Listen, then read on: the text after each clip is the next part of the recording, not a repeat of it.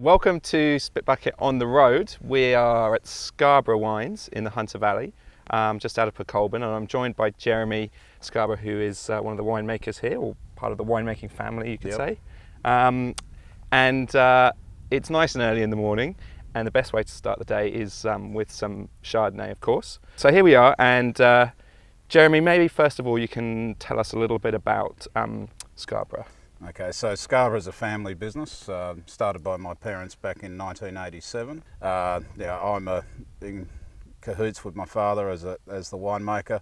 My mother is marketing internationally, and my sister is domestic marketing. So. Okay.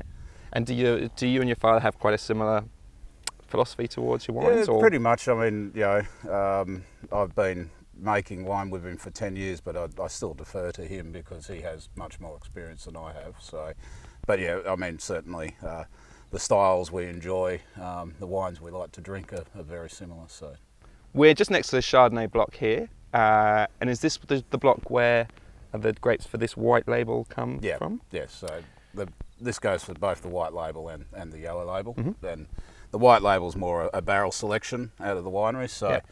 And all new oak, but it comes from this vineyard. Okay, now let's get straight into some wine then. What are we trying first? Which vintage is this? So first up is our 2008 white label Chardonnay.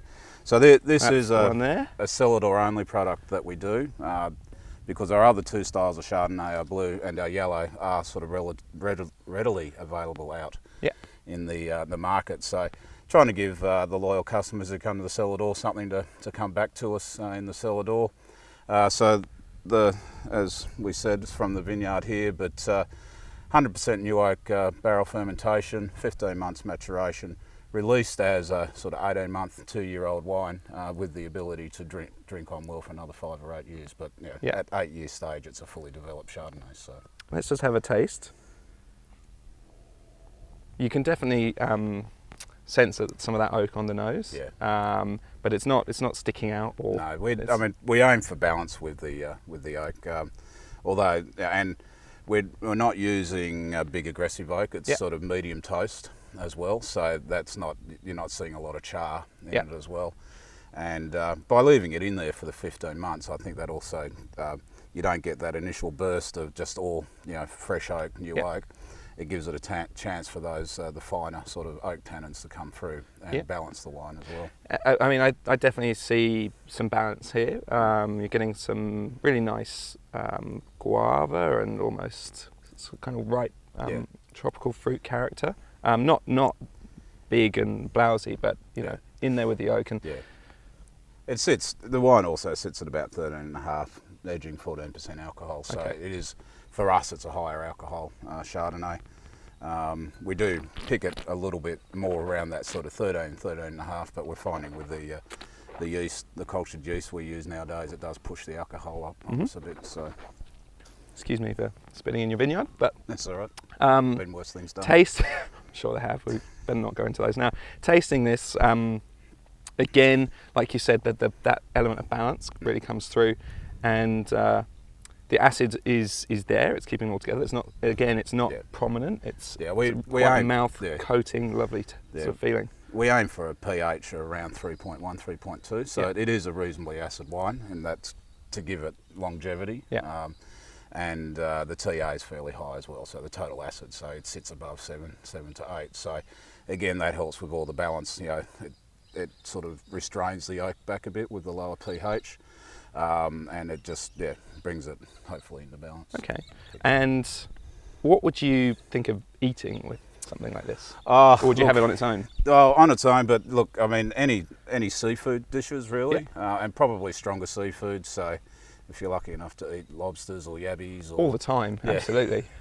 So those sorts of things, creamy sauces, pasta sauces, but even sort of a bit of veal or venison. Because it does have the strength to carry through on that, and nice bit of acid bite there to cut through a bit of that sort of fattiness you can get on those. Sure. Did you want to look at the older vintage? Yes, sorry, this is the 05 up here. That's all right. I'm sure no one will notice. And what was 05 like as a vintage? Pretty good. A drier, because we had that really dry spell. Thank you. I should be pouring this. That's all right. I had my keep. So it was a dry vintage, quite warm. So again, we didn't have any problems reaching the sugar levels we look for.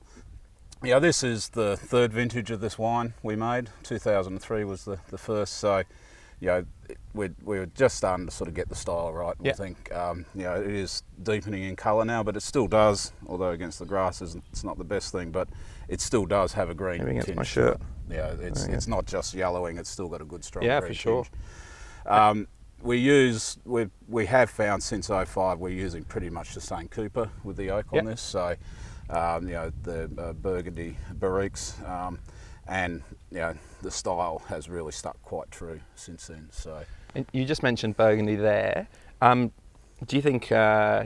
Do you still reference some of your wines against Burgundian styles? Yeah, absolutely. Or do you think Australian Chardonnay is strong enough in its own identity now that it doesn't sort of need to? Well, both things there really, but I think the Burgundies, the white Burgundies, are still really the ultimate. Even if you just look at it price-wise, but style-wise, they're doing some pretty amazing things still. And Australian wines have certainly caught them. We do different styles, but you still want to reference that because if people are drinking Chardonnay and wanting to compare it, they're always going to go back to Burgundy. So that's we need to keep one eye on what they're doing there and make sure we're not going completely too far in the opposite direction. American, using American oak and so on, whether or not that works with those styles, and I think they don't.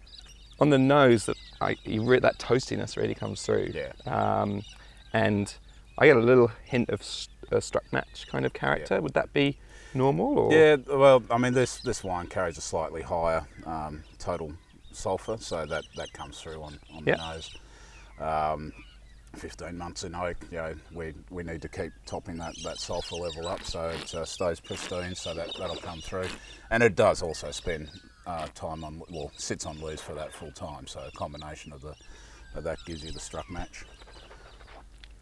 And it's 6 years old now, so it's starting to show, the toastiness is both the oak and a bit of age character coming through. So. And with like you say, a slightly fatter, almost richer, more luxurious style with age, would you eat different sorts of food with it, or again it's the same, the rich sauces and the lobster for lunch, breakfast and dinner? Exactly, much the same. I wouldn't sort of change it too much. I mean, maybe you can go for a stronger red meat, but I think the seafood and white sauces and so on are a good way to go. So fantastic.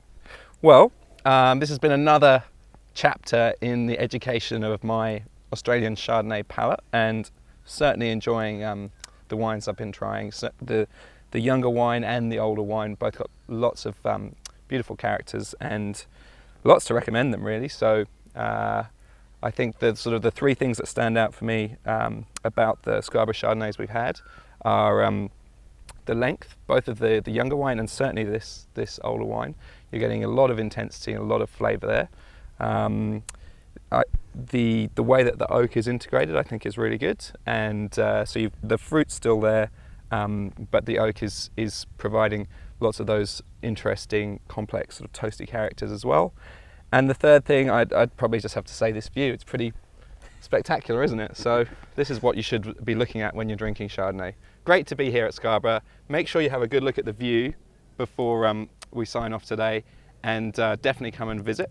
And if you've had any Chardonnay recently, we talked a little bit today about what you might eat with Chardonnay. So if you've had a good match with an Australian Chardonnay recently, drop a note at the bottom of the video and let us know, because it's an area where more and more people are getting interested. So good stuff. This has been Spit Bucket, where we spit so that you don't have to. Cheers.